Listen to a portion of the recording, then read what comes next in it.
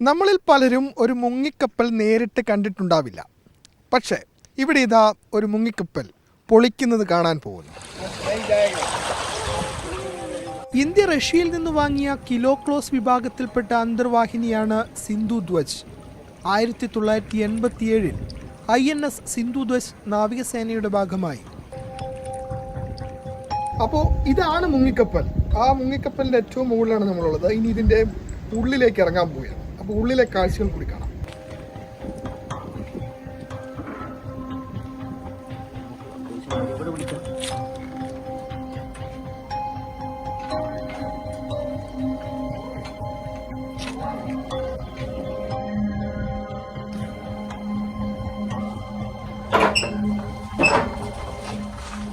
അങ്ങനെ നമ്മൾ മുങ്ങിക്കപ്പലിന്റെ ഉള്ളിൽ അകത്ത് എത്തിയിരിക്കുകയാണ്. ഇനി ഇവിടുത്തെ കാഴ്ച നമുക്ക് കാണാം.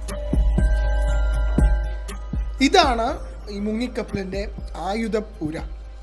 ഇവിടെ നിന്ന് തൊടുത്തു വിടുന്ന മിസൈലിനെ ടോർപിഡോ എന്നാണ് വിളിക്കുക.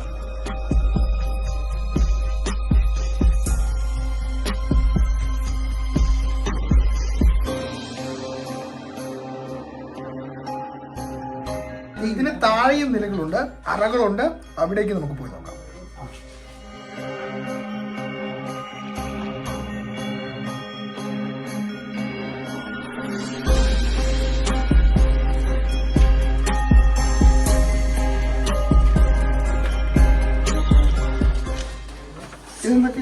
ഇത് electrical panel room. Electrical panel room.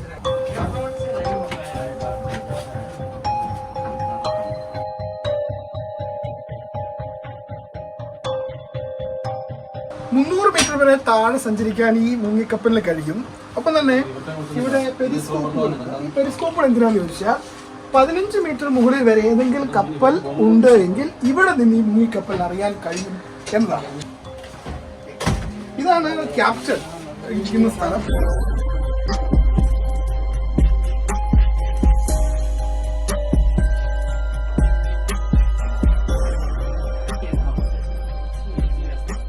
അപ്പൊ നമ്മള് 2 അറകൾ കണ്ടു. 2 അറകൾ മാത്രമല്ല, 3 അറകൾ ഇവിടെയുണ്ട്. മൂന്നാമത്തെ അറയാണ്.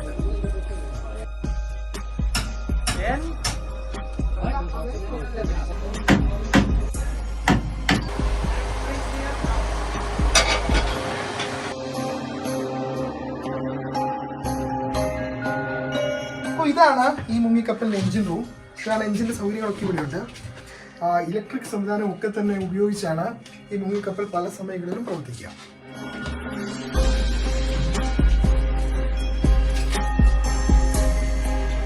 ഈ മുറിക്കൊരു പ്രത്യേകതയുണ്ട്. ഈ റൂം എന്ന് പറയുന്നത് 1987 കമ്മീഷൻ ചെയ്ത കപ്പലാണ്. ഇപ്പോൾ ആ സമയത്തുള്ള സാറ്റലൈറ്റ് അടക്കം ഉപയോഗിച്ച് ആ സമയത്ത് കമ്മ്യൂണിക്കേഷൻ ചെയ്യാൻ പറ്റിയ സംവിധാനങ്ങളാണ് ഈ മുറിയിൽ ഒരുക്കിയിട്ടുള്ളത്.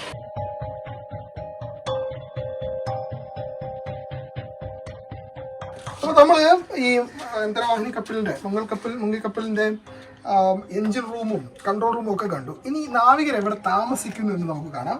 നാവികർക്ക് താമസിക്കാനായി ചെറിയ സൗകര്യം മാത്രമാണ് മുങ്ങിക്കപ്പലിനുള്ളത്.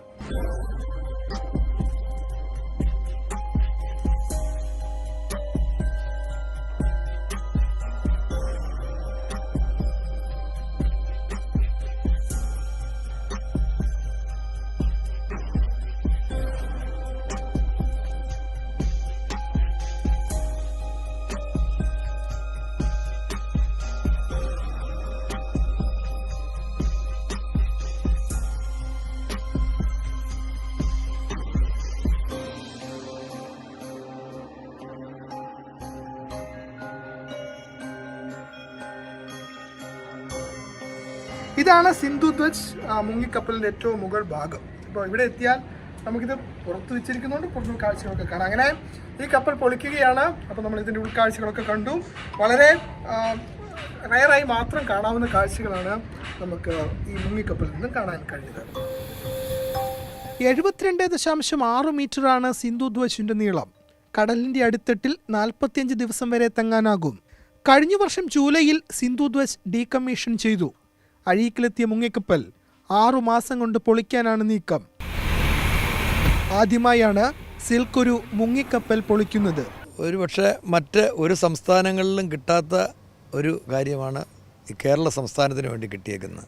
ഇപ്പോൾ ഈ വന്നിരിക്കുന്ന സിന്ധുധ്വജ് എന്ന അന്തർവാഹിനി പ്രധാനമന്ത്രിയുടെ എവറോളിംഗ് ട്രോഫി നേടിയ ആദ്യത്തെ അന്തർവാഹിനിയാണ്. മുങ്ങിക്കപ്പലായതിനാൽ മലിനീകരണ പ്രശ്നവും ഉണ്ടാകില്ലെന്ന് സിൽക്ക് വ്യക്തമാക്കുന്നു.